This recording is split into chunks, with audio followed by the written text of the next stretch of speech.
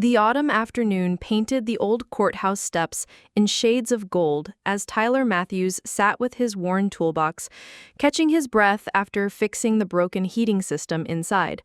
At 34, Tyler had weathered hands that spoke of honest work and a gentle heart that drew people to him like warmth from a fire. He was preparing to leave when a small voice interrupted his thoughts. "Mister, could you help me?" Tyler looked down to see a little girl standing at the bottom of the stone steps. She wore a soft blue sweater and a pink knitted hat with a cheerful pom-pom. Her teddy bear was clutched tightly in her small arms, and though her face was pale, her eyes held a brightness that made Tyler smile. "Hello there, sweetheart," Tyler said, setting down his tools. "I am Tyler. What is your name?" "I am Sophie," she replied, her voice soft but clear.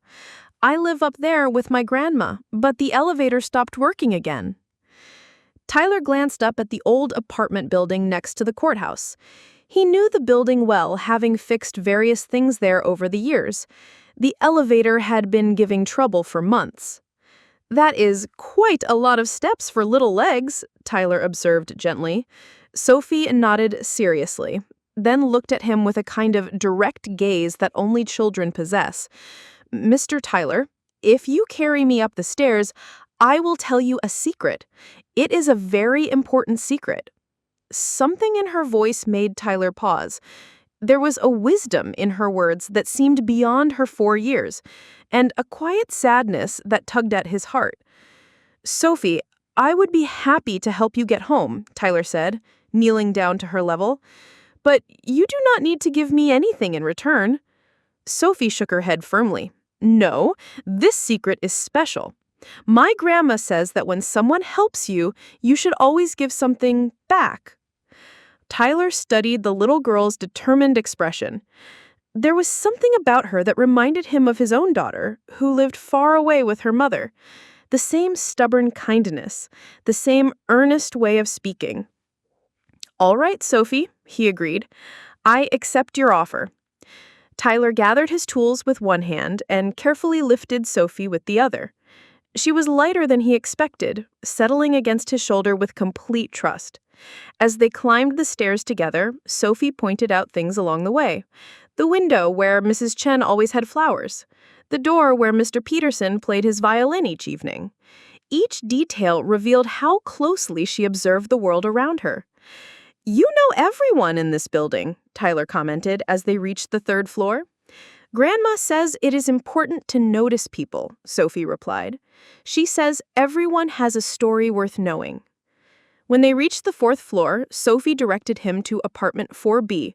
The door opened before they could knock, revealing a woman in her 70s with silver hair and worried eyes. "Sophie, there you are," the woman said, relief flooding her voice. Then she noticed Tyler. "Oh, hello. I am Eleanor, Sophie's grandmother." "Tyler Matthews." He replied, gently setting Sophie down. "I gave Sophie a ride up the stairs. The elevator seems to be acting up again." Eleanor's expression softened with gratitude. "That was very kind of you. Sophie has been having some health challenges lately, and the stairs can be difficult for her." Sophie tugged on Tyler's jacket. "I promised you a secret, remember?" Tyler knelt down beside her. "I remember, Sophie. What is your secret?" Sophie glanced at her grandmother, who nodded encouragingly. Then she leaned close to Tyler and whispered, "The secret is that grown-ups forget the most important thing." "What is that?" Tyler asked, genuinely curious. Sophie's eyes grew serious. "They forget that love is not something you keep. Love is something you give away, and the more you give away, the more you have." Tyler felt something shift in his chest. This tiny girl, facing challenges he could only imagine, had just shared wisdom that many adults spend lifetimes trying to understand. "Where did you learn that, Sophie?" he asked softly. "From being sick," she replied matter-of-factly. "When you are sick, people show you love in lots of ways. Grandma takes care of me every day. The doctor is always gentle. Even strangers like you help me up the stairs. It made me understand that love grows when you share it." Eleanor placed a gentle hand on Sophie's shoulder. Sophie has been teaching me this lesson too. Even when she is not feeling well, she always finds ways to help others. Over the following weeks, Tyler found himself thinking about Sophie's secret often. He began paying closer attention to the small acts of kindness around him. He started visiting Eleanor and Sophie regularly, fixing things around their apartment and sharing stories about his work. During one visit, Sophie was having a particularly difficult day. She was tired and pale, but when Tyler arrived, her face lit up with joy. "Tyler, I have been waiting for you," she said from her spot on the couch. "Grandma made cookies, and I saved you 3. As they sat together, sharing cookies, Tyler noticed how Sophie always thought of others first, even when she was struggling. She asked about his day, remembered details about his other jobs, and always had a kind word for everyone she met. "Sophie," Tyler said one afternoon, "you have taught me something very important." "What is that?" she asked, looking up from the puzzle they were working on together. "You have shown me that the best way to fix things is not always with tools. Sometimes the best repairs happen when we fix each other's hearts with kindness." Sophie smiled, the same bright expression that had captured his attention that first day on the steps. "That is exactly right, Tyler. And the wonderful thing is that when you fix someone else's heart, yours gets fixed too." 3 months later, Tyler received wonderful news. Sophie's treatment had been successful and she was getting stronger every day. To celebrate, Eleanor invited him for a special dinner. As they sat around the small kitchen table, Sophie raised her glass of milk in a toast. "To Tyler, who carried me up the stairs and learned my secret."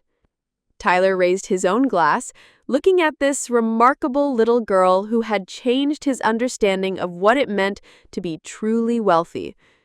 "To Sophie, who taught me that the richest people are not those who have the most, but those who give the most."